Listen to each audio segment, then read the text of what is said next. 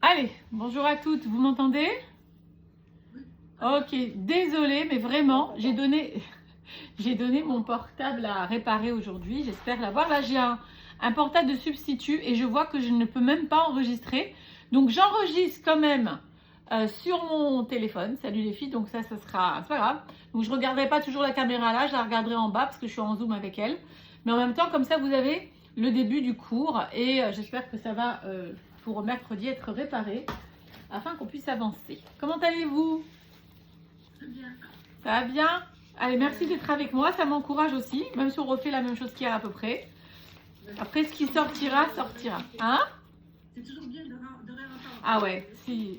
La vérité, c'est que j'ai même donné encore un cours sur ces sujets. Là, ici, à la midrasha on a un rave qui nous donne des cours dans une midrasha pour femmes.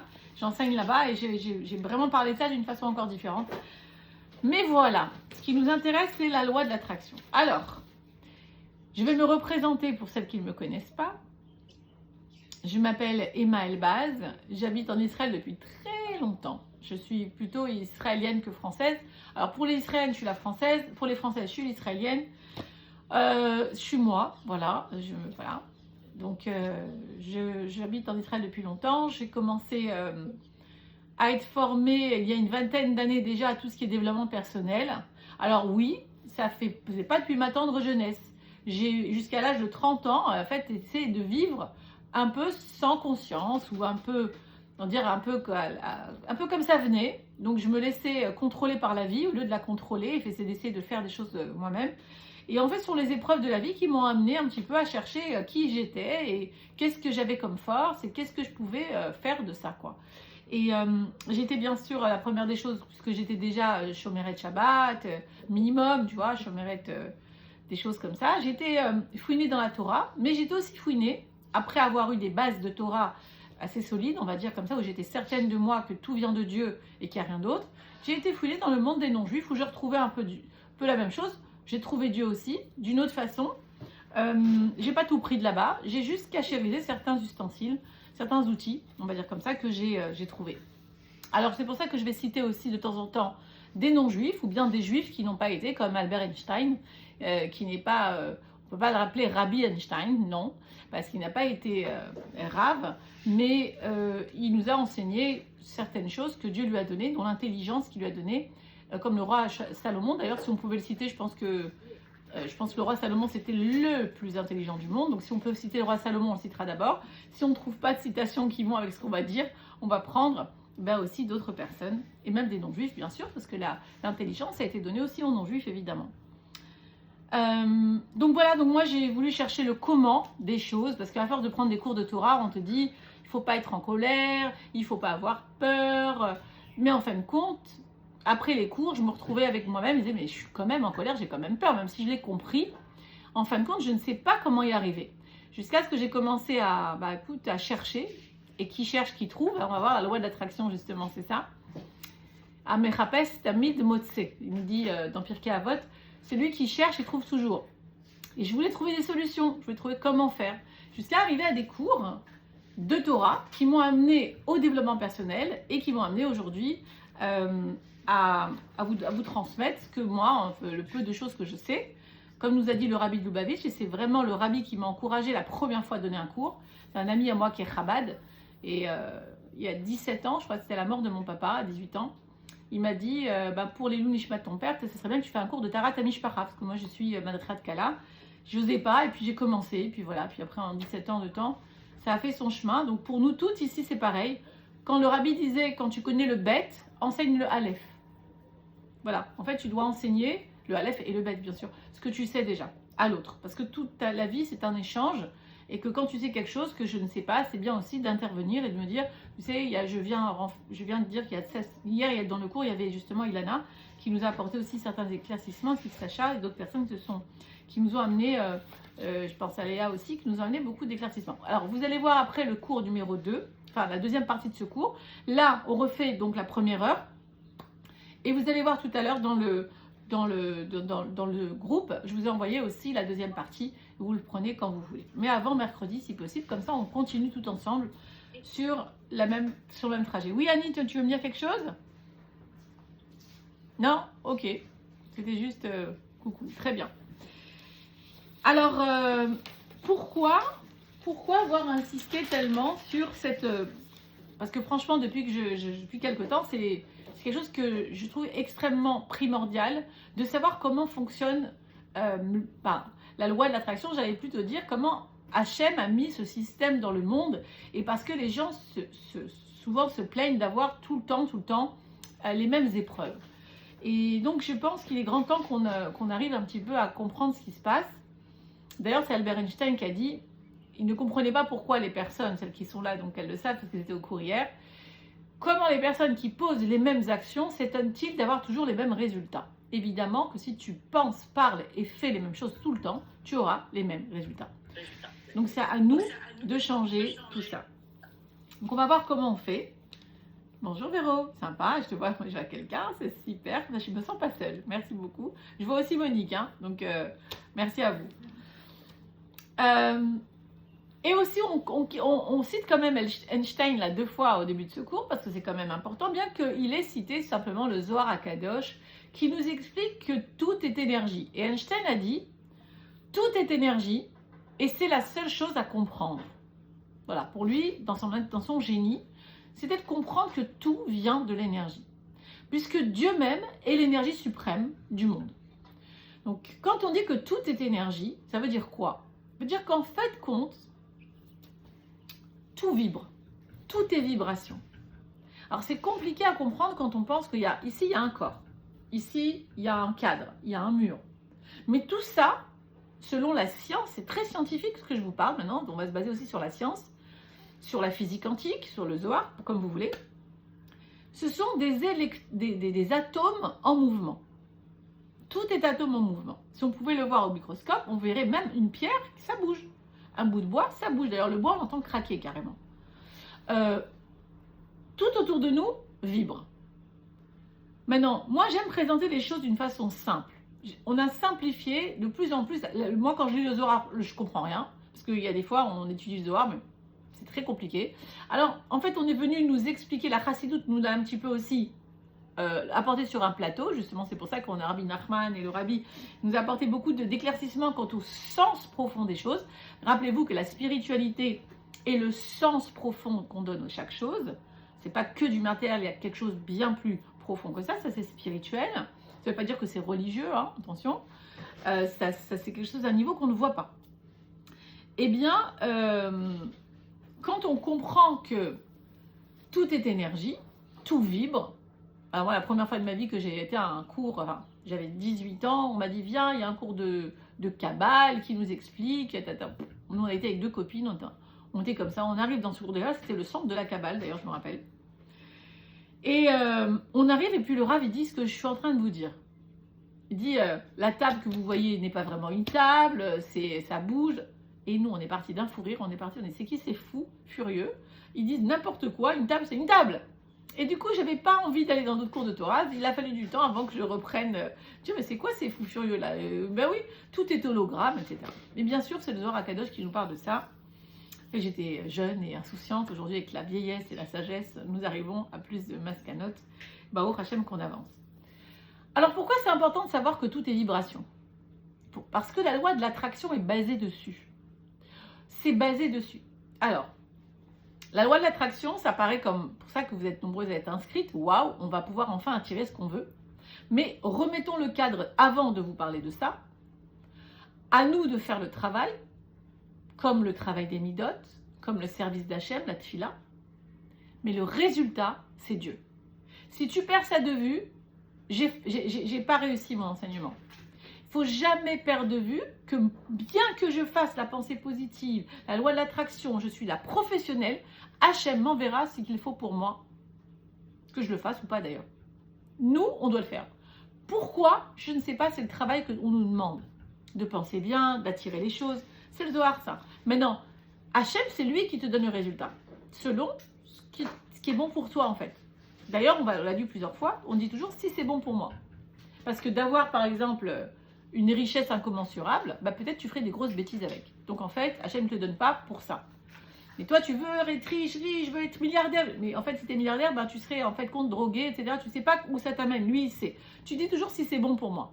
Bien qu'en général, bon, on demande des choses qu'on essaye, on se dit qu'on serait à la hauteur. Comprendre qu'on ne comprend rien nous marque déjà, nous fait voir un petit peu quand même qu'il y a une certaine humilité à notre travail. Moi, quand je suis en train de vous expliquer la vibration, les fréquences, je ne comprends rien. Je ne suis pas scientifique. Je ne fais que répéter ce que mes rabbinim et puis mes enseignants m'ont dit, de ce que j'ai appris, de mon expérience. Et encore, j'amène très peu de mon expérience, je vous le dis d'ailleurs. Ça, c'est mon expérience, sinon, ce n'est pas mon expérience. C'est ce que j'ai été enseigné de vous dire par des maîtres, hein, dont le Rav Boyer, qui a eu une sommité ici en Israël, le Rav Kanevski avec son livre de chevet du Rav Boyer à côté de lui, nos enseignements de Rabbi Nachman, du Or HaChaim HaKadosh, je cite beaucoup de monde, Shlomo Ameler, David Ameler, donc bon, on a la Gemara, à chaque fois je vous dirai d'où ça vient, donc on a quand même de quoi s'appuyer sur des bases solides. Maintenant, moi Emma, comprend rien, hein, vous avez compris. Voilà, donc moi je vous dis je comprends pas, mais je vous donne quelque chose que je comprends pas. En tout cas, l'explication avec mon filtre à moi, peut-être ça passera dans vos cerveaux avec l'aide de Dieu. Voilà, en tout cas on fait l'expérience. Merci à vous de m'avoir fait confiance pour vous transmettre cela. Donc on va expliquer maintenant comment marche en fait, comment expliquer, on va dire comme ça, le peu qu'on ait compris, cette loi de l'attraction par rapport à ce qu'Hachem a créé dans le monde. Tout le monde a lu Le Secret, le livre Le Secret. Hier je vous l'ai demandé. D'autres m'ont dit oui, d'autres m'ont dit non. Le Secret, vous le connaissez le livre Le Secret, Véro? Oui? Non? Ok. Pour celles qui connaissent, pour celles que je ne verrai pas qui l'ont enregistré. Caroline? Oui, je l'ai il y a un moment. Ok, génial. Donc, si je vous posais la question maintenant à toutes, dont à Caroline qui l'a déjà lu, tu connais la force de la pensée? Oui? Dans la pensée, il y a une force phénoménale. Alors, tout le monde me dirait, si vous êtes à la loi de l'attraction ici dans C'est bien, c'est que vous savez que la pensée a une forte... oui? On va lever la main, ceux qui savent que la pensée a une forte influence sur la réalité. Et si je vous pose la question maintenant, qui d'entre vous qui a levé la main s'est levé ce matin en pensant à la vie qu'elle veut avoir ou la journée qu'elle veut passer? Qui s'est levé le matin en pensant à la vie ou au futur, en rêvant, parce qu'elle sait que sa pensée est créatrice? Qui? Bon. Moi, je suis un peu la prof, enfin, en ce moment, je m'y remets, donc c'est facile pour moi. Vous avez vu que, pourtant, on sait combien la pensée est créatrice. Mais malgré tout, quand on se lève le matin ou le soir avant de dormir, on n'y pense pas. Pourquoi? Et parce qu'on n'y croit pas assez. Si je suis persuadée, 100%, que quand je pense à quelque chose, je vais l'attirer dans ma vie, on va dire à 90%, parce que 10% c'est les comptes de Dieu qu'on ne rentre pas dedans. Tu as beau faire la pensée positive et passer la loi de l'attraction et tu n'attires rien. Bon. Mais tu as de fortes chances d'attirer quand tu le fais. Personnellement, ça je mets une parenthèse, dans mon expérience personnelle, ça marche incroyable. D'ailleurs, c'est pour ça que je suis là à vous le transmettre, je voudrais vous le donner. Pour mon expérience autour de moi, Baruch Hashem, pour les gens que j'ai enseignés, qui me donnent des feedbacks, pour ma famille autour de moi, ça marche. Mais si ça marche tellement, il faut comprendre que je m'y mettrai dès que j'ai 5 minutes à m'assoupir. Alors on est d'accord que quand on a des trucs à faire, on est là, on va faire à manger, on n'a pas le temps de penser à rêvasser à notre futur. C'est pour ça qu'il faut le faire quand on est en onde alpha. Vous savez que nous sommes donc de l'énergie, nous avons une fréquence énergétique. Il y a des ondes qui sont appelées, d'ailleurs je les ai ici, ça va peut-être vous intéresser pour les filles d'hier à qui je n'ai pas donné ça. Vous voyez comme quoi il y a du supplément. Je les ai notés pour vous. Je vais vous les donner ici, peut-être que je vous les enverrai en photo dans le groupe plutôt. Ce sera plus... voilà. Savoir quelles sont les ondes et quelle interférence elles ont sur nous. Alors par exemple, les ondes alpha, c'est quand on est en détente, relaxation. C'est quand tu te réveilles le matin ou le soir avant de dormir que tu rêvasses. Ou bien quand tu regardes un paysage, tu sais, dans le train et t'es comme ça, tu dors pas mais t'es molle. C'est ça un peu, t'es molle. Là, c'est le vrai tremplin qu'il faut prendre. C'est vraiment comme, tu sais, comme un saut à la perche. Tu prends le saut pour pouvoir rentrer dans ton inconscient plus profondément. C'est à ce moment-là que tu mets des nouvelles pensées. Pourquoi? Parce que tu es consciente. Tu augmentes ta conscience parce que tout le but du jeu maintenant, c'est d'augmenter en conscience. On va voir comment les vibrations se situent surtout dans l'inconscient et pas dans le conscient. Le conscient, c'est que 3% de ton cerveau. Il faut augmenter ça. Bon, on augmente très peu parce qu'on est humain et que Dieu a créé le monde comme ça. Mais malgré tout, quand je l'augmente un peu, ma conscience, tout le tout, c'est quand je suis en augmentation de conscience, quand je fais l'hypnose humaniste, vous savez que je suis donc coach, je ne me suis peut-être pas présentée pour les personnes dans ma profession, mais moi, je suis coach de vie, coach en développement personnel, je fais du face-à-face. Là, je donne un atelier pour ouvrir un petit peu ça à tout le monde. Mais quand on fait l'hypnose humaniste, on ouvre plus la conscience pour rentrer consciemment dans son inconscient. Parce que c'est là-bas que ça se situe, les bonnes et les mauvaises choses de mon être. Et mon inconscient, on va en parler dans 30 secondes, vous allez voir, c'est ou le balagan dedans, ou les bonnes choses. Mais c'est toute ma vie et toutes mes vies entières se situent dans mon inconscient, donc dans mon âme. On est d'accord? Maintenant, dans ces ondes alpha, quand je suis en onde alpha, quand je vibre alpha, je, en fait, laisse rentrer les pensées que j'ai à ce moment-là, beaucoup plus profondément en moi, et donc je vais inconsciemment les intégrer beaucoup plus rapidement. Quand je suis en onde bêta, ce sont les ondes normales de l'éveil, tu penses à des choses, tu peux aussi les rentrer, mais c'est beaucoup moins fort. Après, après ça, on va en plus éveillées sont des ondes gamma, c'est ondes très courtes associées au focus quand je suis très focalisée. Donc, j'ai pas le temps de penser à autre chose en fait. Après que je descends de alpha, je redescends à theta, c'est l'état de méditation totale, theta. Là, c'est carrément difficile de rentrer des pensées parce que méditer veut dire ne penser à rien.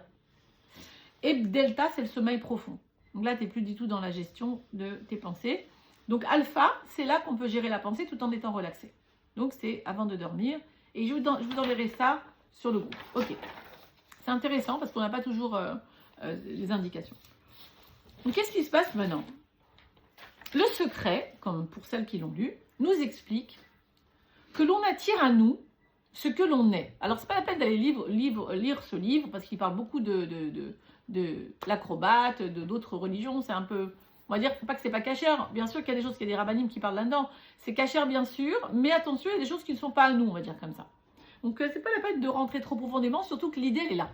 Ils vont toutes te dire la même chose. C'est que des psychologues, des psychiatres, des prêtres, des rabbins, des scientifiques, des médecins, tout le monde dit une chose. Sur ce quoi tu te concentres et que tu crois réellement, tu le provoques dans ta vie. Le maître en la matière, c'est Rabbi Nachman qui nous dit « da ». Et quand il disait « da », c'est « sache ». Mais sache avec une intuition divine. Sache « da ». Chez Marshava et Shlatokef Gadol, que la pensée a un énorme pouvoir. Ok? Et quand il disait ça, c'est qu'il le savait de Dieu. Et il disait que même se concentrer sur l'argent, pour finir la phrase, bien oui, tu peux avoir l'argent, la richesse que tu veux, mais à condition que ce soit dénué de tout sentiment. Il n'y a pas de peur, il n'y a pas d'interrogation, c'est « je suis sûr ». Donc oui, on a ici une information de Rabbi Nachman, il dit oui, ça marche. Mais même peut-être même que plus qu'à 90%. Ça marche. Seulement, vous vous rendez compte, le niveau de conscience qu'il faut pour ne pas avoir aucun doute que ça va arriver. Aucun doute. Et ça, c'est le plus difficile. Il faut qu'avoir aucun doute que ta pensée est créatrice. Alors tu vas le faire tous les jours. Et c'est ça, ce séminaire-là, pour réveiller les consciences à le faire. On va voir comment. La force de la croyance et de la kavana qu'on met dedans, en fait. La kavana, bien sûr, la kavana, c'est la croyance. C'est ta force de croyance. Des fois, on y croit, mais dans le fond, on n'y croit pas. C'est ça Exactement. Alors, tu vois, elle a dit quelque chose, Caroline. On y croit dans le fond. C'est quoi le fond? C'est l'inconscient. Consciemment, je vais y croire. Dans le fond, c'est-à-dire au fond de moi. Et on avait fait un schéma hier, que l'inconscient, en fait, il prend 97% de ton esprit. C'est comme le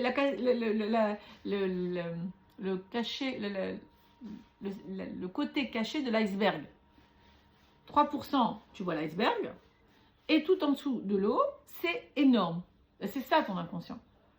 Donc évidemment que tu veux, mais comme dans ton inconscient, il y a tes blocages d'enfance, tes traumatismes d'enfance, ton passé, tes blessures, les blessures transgénérationnelles. C'est le balagan là-dedans, tu nages là-dedans. Alors comment tu vois ce qu'il y a dans ton inconscient? Comment tu as ta réalité en face de toi? Est-ce que tu es dans la réalité que tu as envie de te créer? Est-ce que tu as envie de changer des choses? Tout ça, on va voir ça justement, comment changer justement avant la fin de cette, mais là je l'ai dit hier dans le cours, dans la deuxième partie, prendre un objectif. Je crois que c'était déjà dans la deuxième partie, donc prendre l'objectif pour commencer, pour finir pour ces 3 séances-là, qu'on puisse déjà voir peut-être des petits changements. Et les filles, n'hésitez pas sur le groupe à vous motiver en disant ça a changé, ça s'est amélioré. Parce que les petits détails vont faire d'énormes détails. Ça commence par des petites choses, des changements. Pour gravir une montagne, on fait pas par pas. On ne va pas à l'Everest en une enjambée. Mais tu vas voir doucement, doucement des choses arriver. Déjà rien qu'en écoutant cela. De te dire que ta pensée est extrêmement créatrice et que quand tu émets donc une vibration, tu vas l'attirer. Alors je vais expliquer, comme ça va rentrer dans nos cerveaux. Vous savez, nos cerveaux, ils sont un peu différents les uns les autres, on est tous uniques. Et mon cerveau ne marche pas exactement comme le tien, etc. Donc des fois, il faut répéter d'une autre façon pour que la personne comprenne. Et là, je vais faire un schéma. Je vais dire, voilà, attends, je vais essayer de prendre le tableau, ça va être plus simple.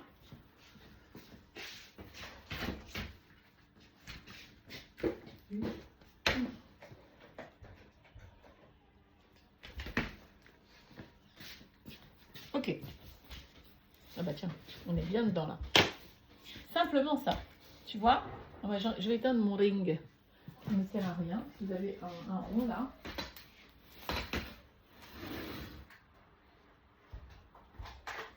Voilà. Ok, regarde.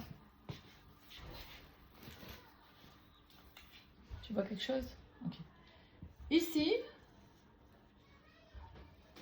c'est... On avait dit la radio, Galgalax. Hein? Ça existe en Israël, bon, Radio J, on va dire. Ok, pour les Français. Radio J. Ok, Radio J. Ça va? C'est à la rue, je sais pas moi, la rue de la Paix. C'est au Monopoly, c'est très bien. On gagne bien. Ok? Donc là, c'est, disons, j'ai aucune idée, hein, je dis ça au pif, c'est 100.2. Ça, la fréquence énergétique de Radio J, c'est 100.2. D'accord? 100.2, c'est une onde, une fréquence qui va être émise de la rue de la Paix vers toutes sortes de personnes qui auront allumé leur poste de radio à 100.2. Vous êtes d'accord?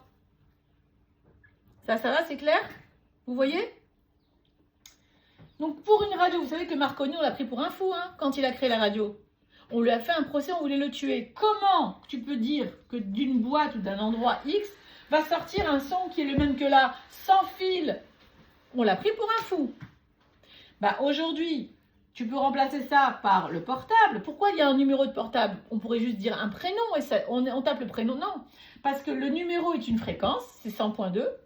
Que quand tu écris 100.2 que tu l'appelles, tu vas te... Alors ce sont des autoroutes énergétiques, c'est une autoroute. Alors celui-là, bah, tu vas prendre ce fil-là et hop, tu vas écouter ce qui sort de cette boîte. On est d'accord? En fait, tu vas attirer, en allumant ici, tu vas attirer cette onde qui émane de là. D'accord? Ça, c'est facile à comprendre quand on sait que tout ça, c'est invisible. Est-ce que tu peux comprendre que c'est strictement la même chose pour deux bonhommes? La même chose pour un bonhomme et une situation. Je vais vibrer à 100. Je vais attirer du 100. Je vais attirer des gens qui sont à 100. Des situations qui sont à 100. Je vais vibrer bas à 10. Je vais attirer des situations ou des gens qui sont à 10. Donc, en fin de compte, je ne peux jamais accuser les gens de ma réalité que j'ai créée avec mes pensées, mes paroles et mes actions, car on crée avec tout ce que Dieu nous a donné. Pensée, parole, action. Maintenant, je peux créer dans mon conscient quelque chose qui est magnifique, c'est que, au Hachem, des cours comme ça, c'est fait pourquoi? Pour enfin attirer ce que j'ai besoin dans ma vie, au lieu de tout le temps les galères, les mêmes galères, les problèmes d'argent, les problèmes de... Alors, ce serait facile, attention, si ça serait facile à faire. Mais malgré tout, il y a des gens qui arrivent. Et s'il y a des gens qui arrivent, on peut le faire. À la grâce de Dieu, avec la tfila, avec le bitachon, on peut. Alors en fin de compte, je comprends de là que je suis une onde, je suis une fréquence énergétique. Alors je ne suis pas que ça bien sûr, mais j'ai des fréquences énergétiques en moi.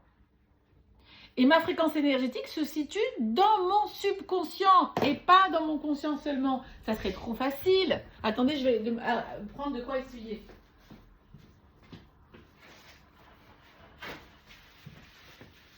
Parce que dans mon subconscient se situe la plupart de mon esprit. 97%, on a dit à peu près, selon la science. Quelque chose comme ça. Le Rav Zamir Cohen aussi, on parle comme ça, il dit les mêmes pourcentages. Hein. Rav Zamir Cohen, quand même, c'est un Rav qui est quand même pas mal connu et qui parle beaucoup aussi de tout ce que je vous dis là. Imagine ça, c'est ta tête, enfin c'est ton esprit, tu as 3% de conscient, 97% d'inconscient, et après ici, tu as le corps. Alors on va dire comme ça, comme on a fait hier le schéma.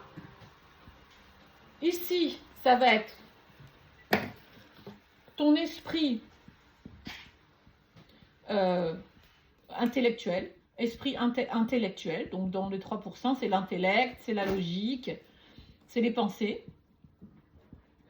Ok?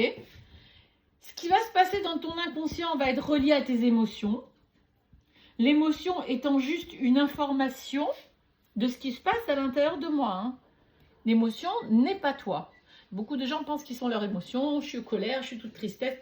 Tu es juste en train de dire qu'à l'intérieur de toi, il se passe quelque chose qui est en rapport avec une pensée. Ensuite, ça descend dans le corps. L'émotion, donc là, ici, on va dire que c'est l'esprit émotionnel, on va dire comme ça. Voilà, si on peut parler d'esprit. Et ici, le corps. Ça va?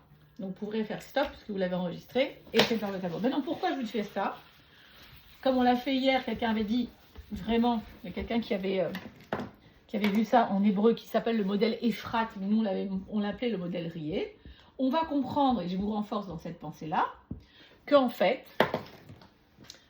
on va devoir drôlement faire attention à ce que l'on pense. Vous allez voir, penser va avec la parole et l'action. Vous allez voir comment. Ici, c'est le modèle de la vie, donc le modèle Rié. Regardez, il y a marqué Rié. Alors, il n'y a pas de faute d'orthographe, c'est juste pour se souvenir de ce modèle. Attendez, je prends un autre feutre. Rié. R. Écrivez-le comme ça. I. E. R. R de réalité. I d'interprétation. E d'émotion. Et R de réaction.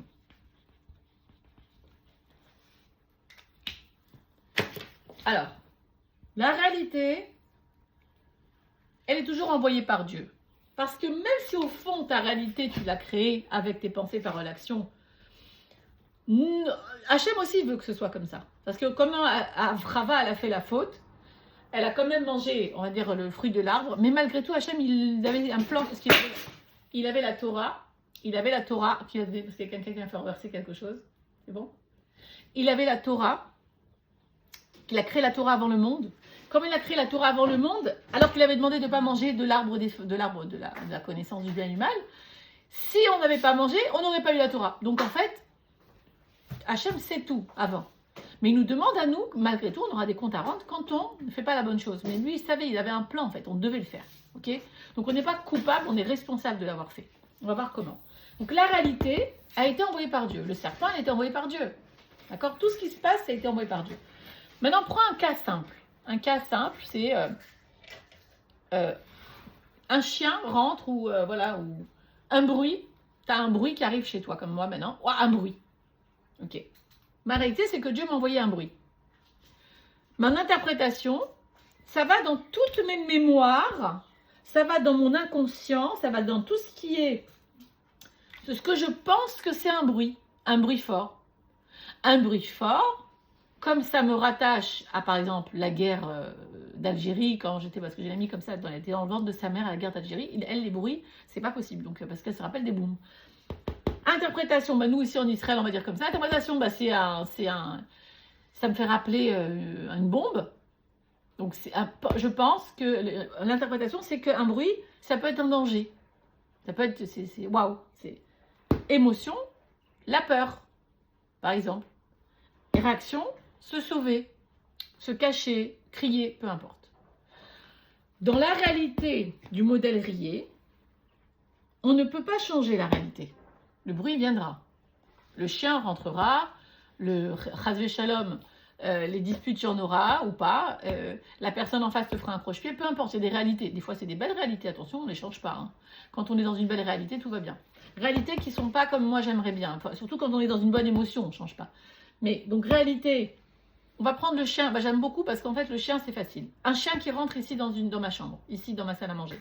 Réalité, un chien rentre. Interprétation, un chien, c'est dangereux, ça mord. Parce que j'ai vu ça quand j'étais petite, qu'il avait mordu quelqu'un. Ça me rappelle. Émotion, ça descend en un quart de seconde dans le cœur, comme dirait David Ameller, les pensées de mon cœur. Émotion, peur. Réaction, je me sauve. Si ma petite fille est à côté de moi, je fais comme si j'ai pas peur, mais j'ai quand même une réaction dans le corps. Peu importe, j'ai la réaction qui vient de mon corps. Donc, si tu veux, le cortisol, il se met en marche. Ok ? Qu'est-ce que je peux changer là-dedans ? Bah, uniquement l'interprétation. Pourquoi ? Quand l'émotion est là, je dois l'accepter. J'ai pas le choix parce que l'émotion, comme je t'ai dit tout à l'heure, elle vient t'indiquer un état intérieur. Elle vient pas être modifiée. Elle n'est pas modifiable, l'émotion. L'émotion n'est modifiable que si tu modifies ta pensée. Mais l'émotion, quand elle est là, tu dois l'accepter. La réaction, non plus. Dans ton corps, ça va faire une réaction, que tu l'exprimes X, Y ou pas. La réaction du corps, elle est là. Le taux de cortisol, il monte quand c'est une émotion qui n'est pas une émotion de joie positive. On est d'accord ? Donc en fait, je comprends ici que dans ma vie, la seule chose que je peux faire, et le libre arbitre que j'ai, c'est de changer ma pensée. Qui l'a dit aussi ? Le Rav Sitruk, une de ses phrases les plus connues, c'est que tu n'as pas le libre arbitre de changer ta réalité, mais tu as le libre arbitre de la vivre comme tu veux. Ça dépend de ce que je pense. Pourquoi ? Maintenant, moi, j'ai compris que j'ai une réalité difficile quand j'ai un chien qui rentre. Qu'est-ce que je fais ? Je deviens professionnelle des chiens. Et au fur et à mesure, j'ai un chenil et je suis devenue éleveuse de chiens. Je vais avoir la même réalité. Le chien rentre chez moi, par surprise. Mais comme je pense qu'un chien, c'est sympa parce que maintenant, j'ai une bonne expérience des chiens et j'ai moins peur, mon émotion change, ma réaction, elle change. Ma réalité ne change pas. Tu ne vas pas changer le monde. Tu ne vas pas changer ton mari. Tu ne vas pas changer ce que tu vis. Mais tu vas changer à l'intérieur de toi ta façon de penser à cette chose-là, qui fait qu'avec l'aide de Dieu, le résultat ne sera que lui. Avec l'aide de Dieu, au fond, la réalité va être attirée d'une façon différente à un moment donné, parce que n'oublie pas que la réalité, c'est quoi ? Comme nous dit les Nefesh HaChaim, vous allez un peu mieux comprendre comment aussi la réalité ne peut ne pas changer, parce que la réalité, c'est que Dieu, mais en même temps, c'est aussi toi, tu vas voir comment. Ça, disons que c'est le monde. C'est la vie. Ici, il y a un tribunal céleste qui est dans le ciel. Ce sont des petits bonhommes de lumière. Et c'est un tribunal céleste. Chaque chose qu'on dit, qu'on fait, souriez, vous êtes filmés. Ici, c'est nous. On parle, on mange, on crie, on s'aime. Bon, ok. Vous connaissez cette expression mitzvah goreret mitzvah et avera goreret avera. C'est pareil. C'est une énergie.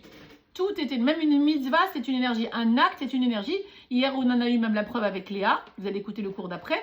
Elle vous donnait l'exemple de la mitzvah qu'elle a fait avec sa sœur. Et qu'elle a renoncé à mettre des pantalons. Sa sœur était agonisante, elle devait mourir. Le lendemain, ils n'avaient pas compris pourquoi. Elle a eu un miracle, elle a vécu encore 10 ans. Parce qu'elle a jeté tous ses pantalons. Elle a fait juste un mitzvah. Elle a demandé à Hachem, pourquoi tu me fais ça ? Moi, je vais faire un deal avec toi, je donne tous mes pantalons. Est-ce que c'est pour ça ?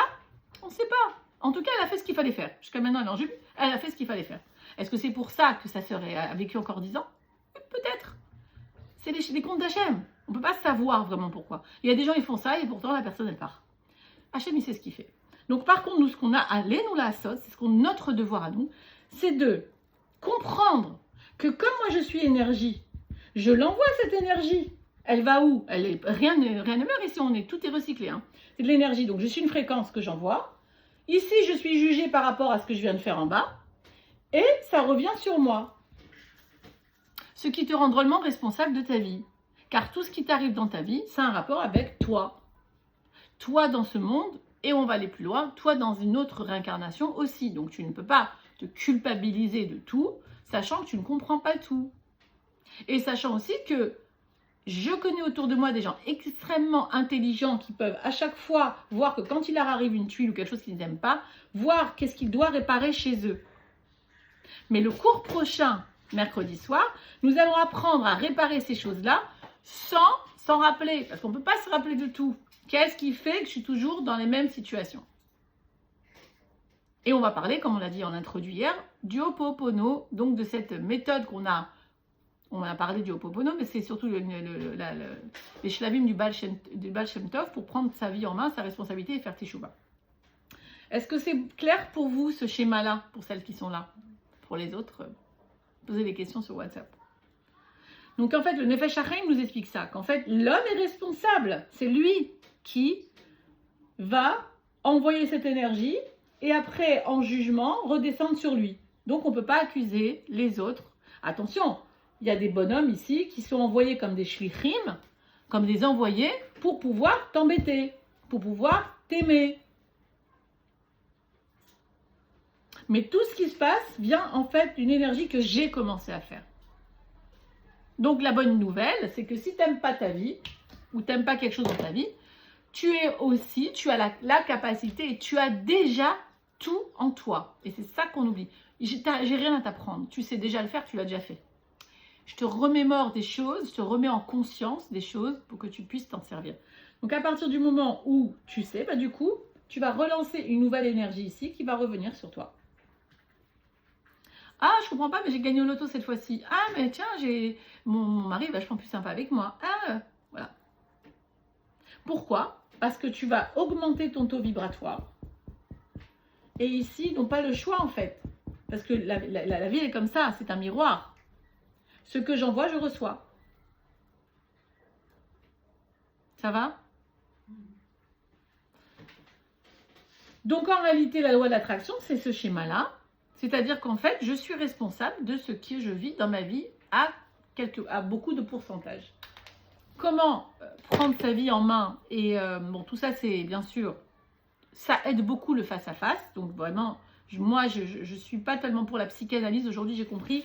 Tous les gens que j'ai vus qui ont fait des psychanalyses, c'est vrai qu'à un moment donné, ils comprennent pourquoi ils réagissent comme ça aux choses, qu'est-ce qui leur est arrivé dans leur vie.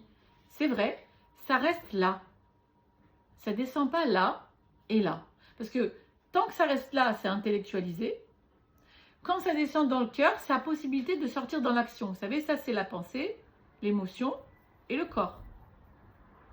C'est là où se situe en fait le côté instinctif. C'est là aussi où on va faire les actions avec le ventre. C'est l'action, c'est au niveau même de la médecine chinoise. C'est là que se situe le monde de l'action. C'est le monde de la Bria, le monde de la formation, de la Yetzira. On va dire comme ça, le Yetzira c'est la formation, ça vient avec ça en même temps, les chakras de la gorge et du cœur. Et après, on a l'énergie qui vient dans le ventre pour pouvoir agir. Mais il faut à un moment donné mettre une nouvelle stratégie. Tant que c'est mental, ça ne sert à rien. C'est bien, c'est descendu dans le cœur, ça commence à venir. Mais une fois que c'est dans le cœur, il faut sortir ça au monde. Donc, poser des actions différentes. Si tu ne poses pas d'actions différentes, comme l'a dit au début Einstein, bah pourquoi tu t'étonneras d'avoir toujours les mêmes résultats? Parce que les actions viendront bien sûr de pensées différentes, de paroles différentes et donc d'actions différentes. Dans ta réalité, tu verras des choses différentes. Si je fais la recette du couscous avec les mêmes ingrédients, il aura toujours le même goût. Si tu mets des lardons et de la tomate et des oignons comme les cacous, ne t'étonne pas que ton couscous, il n'a pas le goût d'un couscous. Voilà. Et là, j'ai une question. Ouais. Ah, salut Caroline. Ça va? Ouais. Ça va, grâce à toi. Par rapport à ton exemple du chien, donc moi j'ai un exemple par exemple autour de moi, il a dit tous les enfants ils sont traumatisés, ils ont peur des chiens. Ok. Et il y a quelque chose qui est ancré, en fait, Exact.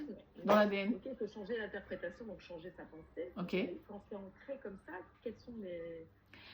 Alors, pour la vidéo, voilà, Caroline nous pose la question, elle a connu une famille où ils sont tous peur des chiens en fait.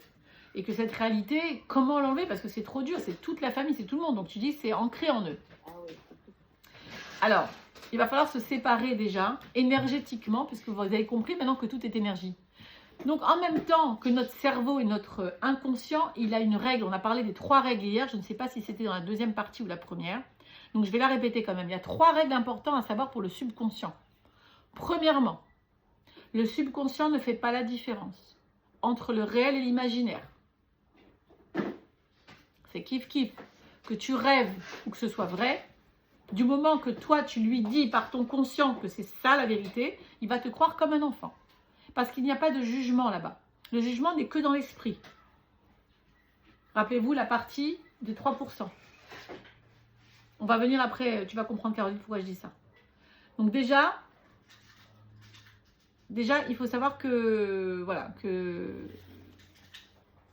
Attendez, je suis en train de voir un truc. C'est au niveau c'est au niveau de... Qu'est-ce que tu me disais, pardon, j'ai perdu le fil. Tu me disais par rapport à là. Tu parlais des 3 règles pour le subconscient. Oui, les 3 règles. Donc, premièrement, oui, pardon. Oui. Parce que il faut que le... Après, parce que je pensais à un exemple à donner. Donc, premièrement, pas de différence entre le réel et l'imaginaire. Deuxièmement, le subconscient ne comprend pas la négation, ne comprend que le positif. Je ne veux pas grossir, je ne veux pas grossir, il comprend grossir. Et donc, il te fera grossir puisque lui, il va faire que ce que tu dis. Donc, quand tu dis quelque chose, pose-le positivement. Je suis mince. Parce que, attention, la 3e règle, c'est qu'il ne comprend pas les temps. Il n'y a pas « je serai mince », ça l'embrouille. Je suis mince. C'est comme si tu dirais Waze, parce que c'est exactement comme une adresse de Waze, de GPS. J'irai demain là-bas. Je veux aller aujourd'hui à cet endroit précis. Si toi, tu veux aller à la plage d'Herzliya et que tu marques sur ton Waze, sur ton GPS, plage d'Herzliya. Déjà, il ne bouge pas trop parce que c'est aujourd'hui. Oui, aujourd'hui. Ok, aujourd'hui, plage d'Herzliya. Il va t'amener n'importe où. Toi, tu veux aller à la plage du Dhanakadia en dessous de l'ascenseur. Et tu lui dis pas exactement, mais il va t'amener où il veut. C'est exactement comme ça un esprit. Un esprit a besoin de voir une cible claire. C'est pour ça que chacune d'ici doit sortir de cette première, de ce premier atelier avec un objectif clair à atteindre. Il faut que ce soit clair. Maintenant, quand on va dire comme ça que c'est difficile d'enlever une croyance qui perdure dans toute une famille. Caniré que ça a été transmis par l'ADN. Ou pas seulement. Hein. Des fois, c'est pas toujours dans l'ADN. Bon, la plupart du temps, oui. Hein, parce que malgré tout, de famille en famille, on a les mêmes gènes. Mais, et notez-le parce que c'est pas le cours. Aviva Hazan est passée à Paris. D'ailleurs, c'est une des personnes qui m'a enseigné l'épigénétique. Eh bien, sachez qu'en l'épigénétique nous explique qu'on peut changer l'ADN des personnes avec la pensée, parole et action. L'épigénétique. Donc, quelqu'un qui dirait on a tous le diabète dans la famille se condamnerait lui-même à avoir le diabète. Alors que quelqu'un qui dirait c'est vrai que dans ma famille ils ont le diabète, mais moi je ne l'aurai pas car j'ai Dieu avec moi, je vais commencer à mettre en marche cette pensée, ce bitachon, cette prière. Ce n'est pas obligatoire. Dans un de mes cours, il y avait une femme qui pensait que, comme elles accouchaient toutes en péridurale, qu'elle aussi, elle avait son 3e bébé à accoucher. Elle se disait, je vais accoucher avec péridurale. Je dis, mais pourquoi tu penses ça? Elle dit, péridurale, pardon, en césarienne. Elle m'a dit, parce que dans ma famille, on accouche tous en césarienne. Et on a fait ce travail mental en classe, c'était même pas en face à face. Elle a accouché normalement. C'était possible. Même le médecin me dit, mais non, c'est mieux, vous savez. Mais Hachem, il peut tout faire en fait. Si toi, tu crois que c'est toi qui fais, alors tu es limité. Si tu donnes tout pouvoir à Dieu, alors tu es illimité. On est d'accord que ceux qui voulaient aller sur la Lune, au début, vous êtes d'accord qu'ils ne savaient pas comment le faire. Pareil pour le chien, ce que tu me dis avec ça, Caroline. Comment arriver à faire un truc pareil? Ça semble impossible, toute la famille. Ça semble impossible, la Lune. Mais, ils l'ont rêvé. Le rêve, c'est ce qui va te faire atteindre tes objectifs. Il faut que tu rêves de la vie que tu as envie d'avoir. Cette vie, elle passe trop vite. C'est comme un rêve. Parce que c'est un rêve. La réalité, elle sera quand ma chère viendra. On rêve là, les filles. On va se penser, bientôt on va se réveiller. Donc en fait, profites-en. rêve de ce que tu as envie. Pourquoi des dessins animés, d'un côté, c'est bon, il y a plein de messages pas bien. D'un autre côté, oui, c'était des gens qui rêvaient, mais c'est ce qu'on doit atteindre nous aussi, ce rêve. Vous savez que c'est un rêve, le Beth Amikdash, en vrai. Mais tu te rends compte? Il y a les musulmans qui ont leur mosquée d'Omar là-bas. Si on fait, mais on rêve de la voir, mais si on rêve pas, les filles, on l'aura jamais. Qui avait compris ça? Le Rabbi Milubavitch. We want Mashiach now. Ça veut dire qu'il avait employé la pensée, l'action, il était dans l'action, et il disait, nous le voulons maintenant. Il ne disait pas demain, il comprend, c'est tout de suite. Et il disait à l'affirmatif, on veut Mashiach. Parce que Mashiach, ça semble un rêve. Un homme va venir sauver le monde, un rêve. Mais si tu n'y crois pas, tu ne seras pas dans le rêve, il faut rêver de ça. Et je vous dis, mais il y en a même qui carrément font des actions pour amener le rêve ici. Parce que Bill Gates, quand il a commencé à être Bill Gates, il avait rêvé de ce qu'il a fait. Et puis Hachem lui fait quoi? Que la personne qui a une vraie volonté de réussir son rêve, eh bien, lui donne les forces de le faire. Et maintenant, tu viens de comprendre.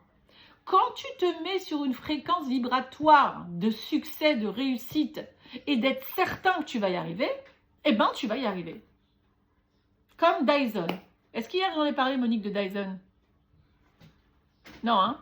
Non, mais très bien. Dyson. Vous avez tout un aspirateur Dyson. Moi, j'en ai pas, mais j'aimerais bien en avoir un. Ça veut dire vraiment, on a tous Dyson. Dyson est connu mondialement. Il est multimilliardaire. C'est pas lui un des plus riches du monde hein, aujourd'hui. Comment Dyson est devenu Dyson? D'une famille simple. Alors, il avait une maman. Alors vous savez que, de toute façon, les Américains, toujours, ils aiment bien faire les enquêtes de savoir comment ça se fait que la personne a réussi ou elle ne réussit pas. Et ils ont interrogé Dyson. Et il dit, donne-nous un exemple de ce que était ta maman, parce que tu dis, c'est grâce à ton éducation. Il dit, je vais vous donner un exemple. Nous, aux États-Unis, les bouteilles de lait à l'époque de Dyson, quand il était petit, c'était des bouteilles en verre qui étaient distribuées le matin devant les portes.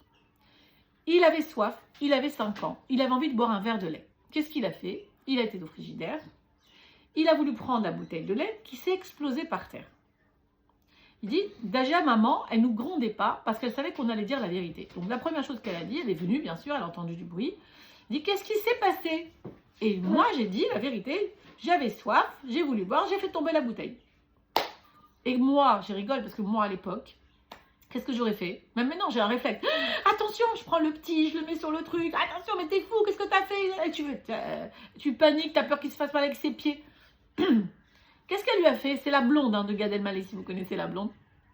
Oh là là, qu'est-ce que tu vas faire maintenant? Donc en fait, il disait il faisait des problèmes, mais elle le laissait réfléchir à sa solution. Alors il disait, il va falloir que je ramasse les bouts de verre, il faut que je ramasse le lait. Bon, parce que vraiment, ouais, c'est dangereux et tout ça. Et là, elle lui disait, est-ce que tu as besoin d'aide? Elle lui disait pas, je vais le faire pour toi, moi je l'aurais même pas pu se questionner. Est-ce que tu as besoin d'aide? Il dit oui, j'ai 5 ans, c'est le bout de voix, je ne sais pas comment prendre le verre avec... Alors elle l'a aidé, elle a tout rangé avec lui. Et il dit, après il s'asseyait et elle lui demandait, elle lui posait des questions toujours. Hein. La question suivante, qu'est-ce que tu as appris de ça? Et il devait donc trouver toujours la solution de comment ne pas répéter la même erreur. Dans son truc à lui, c'était bien sûr, quand j'aurai soif, la prochaine fois, voilà, je te demanderai à boire si la bouteille de lait est pleine, peu importe. 5701 prototype de Dyson avant de sortir celui qui a fait fortune. 5701, j'ai noté quelque part. 5701, 5762, j'ai un doute. Peu importe. 5700 quelque chose. Avant de dire, donc le mec, il ne l'abandonne pas. Il a un rêve de faire son truc. Il sait que ça va marcher. Il n'a pas lâché. Est-ce qu'Hachem, il te donne comme ça ta Yeshua des fois? Non. Mais quand tu tiens et tu veux, et vraiment la seule chose vraiment où on doit travailler les filles, c'est la patience. C'est qu'en fait, ta Yeshua, tu ne sais pas quand tu vas l'avoir. Et c'est ça le plus difficile. Ah mais je comprends pas, j'ai fait la pensée positive, je suis dans la loi d'attraction, je pense que bien. Toute la réparation du monde, c'est la patience. Parce qu'Adam et Ève, ils pouvaient goûter à l'arbre de la connaissance du bien et du mal. Mais Hachem leur a demandé d'attendre Shabbat. Parce que dans l'histoire, on ne nous raconte pas ça quand on dit « attends Shabbat ». Si on avait attendu Shabbat, on n'en serait pas là. Mais comme je vous ai expliqué qu'Hachem, en même temps, il voulait qu'on en soit là, donc on ne comprend rien. Donc en fin de compte, ce qui est passé, c'est le passé. À nous de réparer aujourd'hui en étant patient. Et des fois, Hachem, il envoie Keref Ain, comme ça, les Yeshuot. J'ai vu des gens qui ont vraiment eu comme ça leur... Mais en attendant, comprends qu'à partir du moment où tu te mets dans une fréquence vibratoire élevée, et la plus élevée des fréquences vibratoires, c'est l'amour. L'amour de soi, l'amour de l'autre, l'amour de Dieu. Ça vibre à 100 milliards d'hertz. Ainsi que la gratitude. Et donc, nous allons beaucoup travailler sur l'amour et la gratitude. L'amour de moi-même, l'amour des situations, l'amour de ma vie. La vie que j'aime, je dois l'aimer. Je dois aimer Dieu. Il faut tomber amoureuse de Dieu, en fait. Et il faut tomber amoureuse de toi. Si tu n'es pas amoureuse de toi, même si tu as été la pire des femmes dans ta vie, tu ne peux pas arriver à aimer l'autre. Car la vie n'est qu'un miroir. Tu ne verras en l'autre que tes manques, que tes peurs. Comme dans ton enfant, que tu ne t'aides pas. Qui te donne le plus de difficultés, c'est quoi en général? C'est parce qu'il te fait voir qui tu es. Ah, il me ressemble, elle fait comme moi. Et si elle fait comme moi, alors comme j'ai fait des erreurs, elle va faire comme moi. Mais elle est obligée, la gamine, de faire des erreurs. Elle est obligée de tomber dans des choses que toi aussi, tu aurais pu... Et même, elle tombe pire que toi, des fois. Mais ça ne veut pas dire que Dieu ne va pas la sauver. Ça ne veut pas dire qu'elle ne va pas avoir une belle vie. Et si tu as peur pour elle, alors tu lui mets un stress inconscient et tu lui passes tout ce que tu lui as, comme toute est énergie. Les enfants sont des appareils photo à 100 milliards de pixels. Elle va absorber ton énergie de peur et donc elle va, comme le dit le prophète Job, mâcher à Gorti à Voli. Elle va faire ce dont tu as peur. C'est pour ça qu'il faut lâcher les enfants. Il ne faut pas avoir peur. Vous croyez que Rivka, elle était une mauvaise éducatrice? Pourtant, elle a eu Esav. Hachem, il veut. Tu vois des enfants qui sont charidim, qui viennent de parents chilonim. Et le contraire, tu vois de tout dans le monde. Maintenant, comment toi tu vis cette situation, bien ou pas bien, ça va être mon choix. Avec ma pensée, mes paroles et mes actions, je peux changer ma façon de voir les choses. Donc ma réalité peut changer. Tu peux faire changer un enfant quand toi tu changes. Tu peux travailler des midotes, même à n'importe quel âge, les filles. À n'importe quel âge, puisque l'enfant directement, il a ton ADN, il tient de toi, il y a une connexion au niveau des âmes. Pourquoi on dit une femme, elle fait un homme? On dit la femme fait l'homme. Parce que c'est la même neshama. Énergétiquement, elle envoie à son mari tout ce qu'elle fait, ce qu'elle pense, et vice-versa. Alors des fois, il faut se protéger des ondes négatives, même avec le mari. Quand il se lève de travers, on ne prend pas tout ce qu'il dit. C'est pas grave. L'enfant qui vient, qui a 13, 14 ans, 15 ans, qui est adolescent en crise, qui dit « t'es pas ma mère, je t'aime plus », si tu prends un cœur, c'est que tu as le même âge que lui. Les ondes, les fréquences, ne va pas absorber sa fréquence. Protège-toi justement avec cette aura qu'on a toutes. On va le faire en cours Bezrat Hashem la prochaine fois. Essayer de voir notre aura de protection pour ne pas capter les vibrations négatives. On laissera passer que les positives, mais pas les négatives. C'est un choix dans la tête. C'est pas maintenant si Hachem il veut. Bien sûr qu'Hachem il veut, mais Hachem il a créé que si tu penses de t'entourer de ça, dans le Zohar HaKadosh c'est écrit, de se mettre dans une Magen David avec une lumière autour, mentalement, protège des ondes 3 heures. Des ondes négatives quand tu vas dans un hôpital, quand tu vas dans un cimetière que Dieu préserve, quand tu sens une dispute quelque part, tu te dis, cric-crac dans ma cabane, Mugenet Veshmura, je suis en sécurité et protégée et tu n'as rien qui te touche. Et tu sens que là, il n'y a rien qui bouge. Ça ne te touche pas. Ça ne veut pas dire qu'il faut rester sans sentiment, sans émotion, mais quand l'émotion parle, c'est l'enfant qui parle. C'est tous les traumatismes, etc. C'est tout voilà. L'adulte, c'est le sérel. Qu'est-ce qu'on fait pour l'instant? Il faut gérer une situation, logiquement, sans émotion. Si tu rentres dans l'émotion, tu commences à aller dans tous les sens. Il faut savoir gérer, augmenter en conscience, s'ouvrir. Qu'est-ce que je fais? Qu'est-ce que je veux penser? Qu'est-ce que je veux penser de cette situation, de ce chien qui est rentré? Ah, en fin de compte, je veux penser qu'au fond, non, j'ai eu des expériences de chien, que c'est bien, hop, ton émotion peut changer. Ça, c'est le tzaddik qui arrive à changer l'émotion tout de suite. Il a une pensée première qui lui vient, n'oublie pas que ta pensée première, c'est Hachem, ça vient de la chorma. Tout de suite, ça passe dans la bina, rappelez-vous les sphirotes. Pour celles qui ont un petit peu de... Voilà, celles qui ne savent pas, on ne pourra pas, c'est pas le sujet du cours, mais c'est en fait les centres énergétiques de nos corps, là où la lumière d'Hachem rentre, aussi dans le monde, mais dans le côté droit, la chorma, donc chorma, midin et dat veut dire chabad. Donc la chorma, ça vient de là, ça vient plutôt de l'intellect, mais en même temps, c'est la première pensée qui vient, c'est Dieu qui te l'envoie. Ah, un chien, c'est méchant. Non, un chien, c'est vrai, au fond de compte, j'ai vu un chien très gentil la dernière fois. C'est moi qui décide de changer. Mais la première pensée, c'est Dieu. Il te teste. Comme un homme qui voit, par exemple, qui pense d'une femme, ouais, elle est belle cette femme, hop, tout de suite, il change d'avis. Tout de suite, il change sa pensée. C'est ça, le travail d'un homme, c'est très dur. Parce que Hachem, il l'envoie, il le teste. Hop, la bina, c'est quoi? C'est que dès que la pensée vient, ça va dans les souvenirs, les blocages, les problèmes, les trucs bien. Dans toutes les mémoires de l'homme, la bina. Là, c'est l'homme, et là, c'est la femme. Rappelez-vous, Chorma et bina. Dat, c'est l'enfant. C'est quoi le dat? C'est ce qui va sortir dans ma réalité. Qu'est-ce que je fais sortir maintenant? C'est mon choix. C'est l'association des deux choses. Quand tu n'as pas la bina, et que tu laisses complètement par la pensée tout de suite la première qui vient, ça s'appelle l'intuition. Tu as l'intuition tout de suite. La première pensée, c'est Hachem. Donc, on avait fini à peu près là pour le cours déjà. Donc, vous allez... Oui, Annie, bien sûr. Une question d'Annie.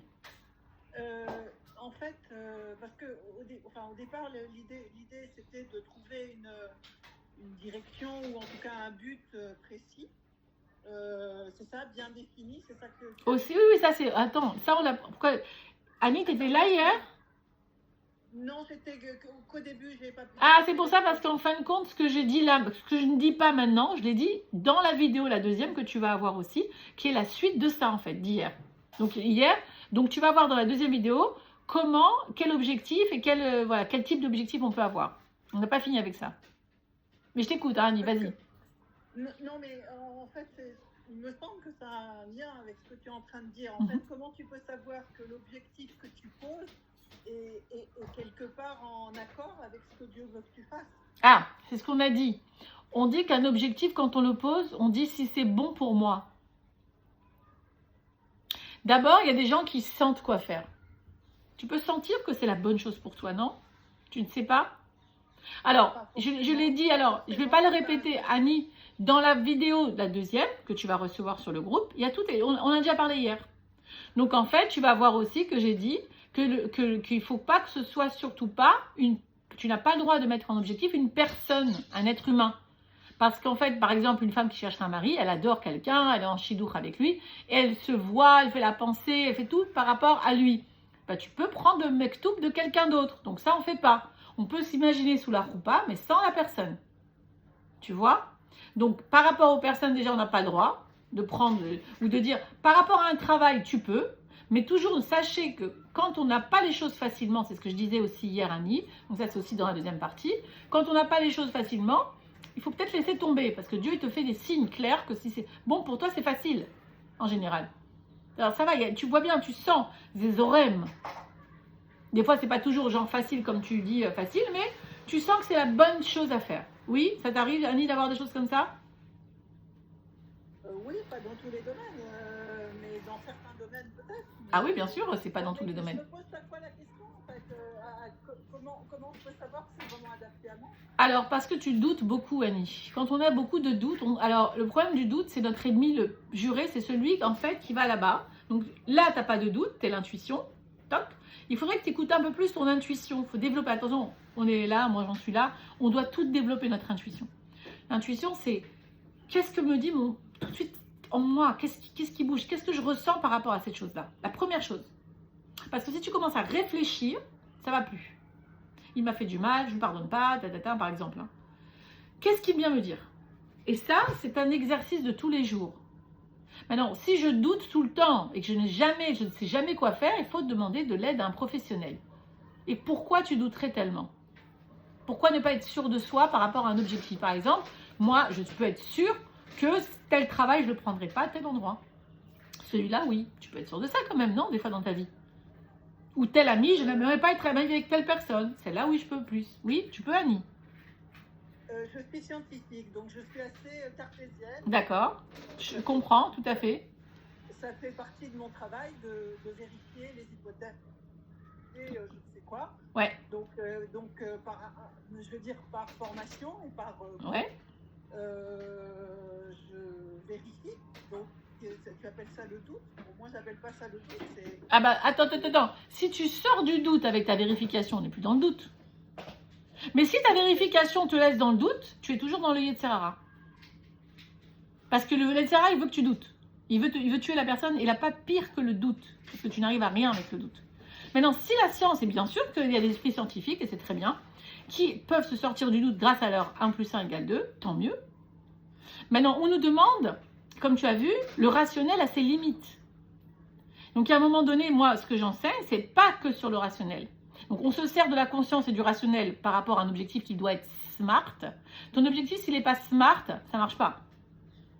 Spécifique, mesurable, réel, ça c'est en coaching, attention. En coaching, j'entends. Hein.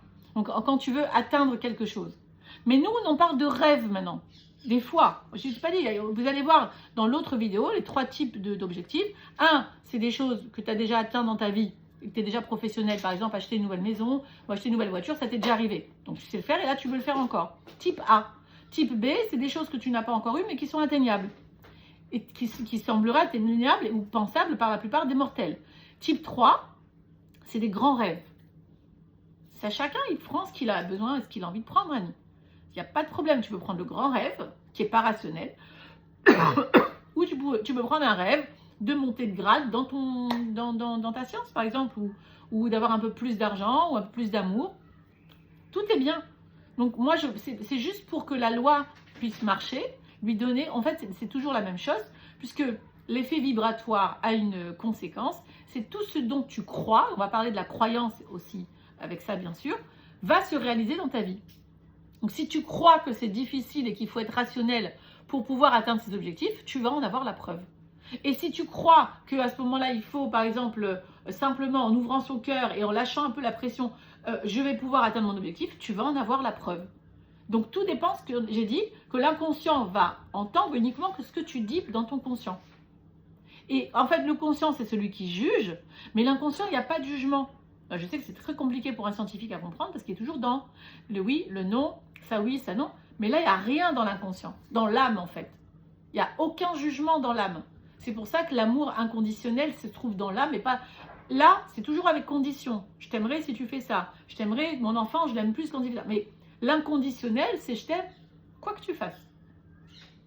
J'accepte aussi. L'acceptation, on va en parler, c'est inentendable parce que l'acceptation, c'est un message de l'âme. Comment peut-on accepter l'inacceptable? Un enfant qui se drogue, c'est inacceptable.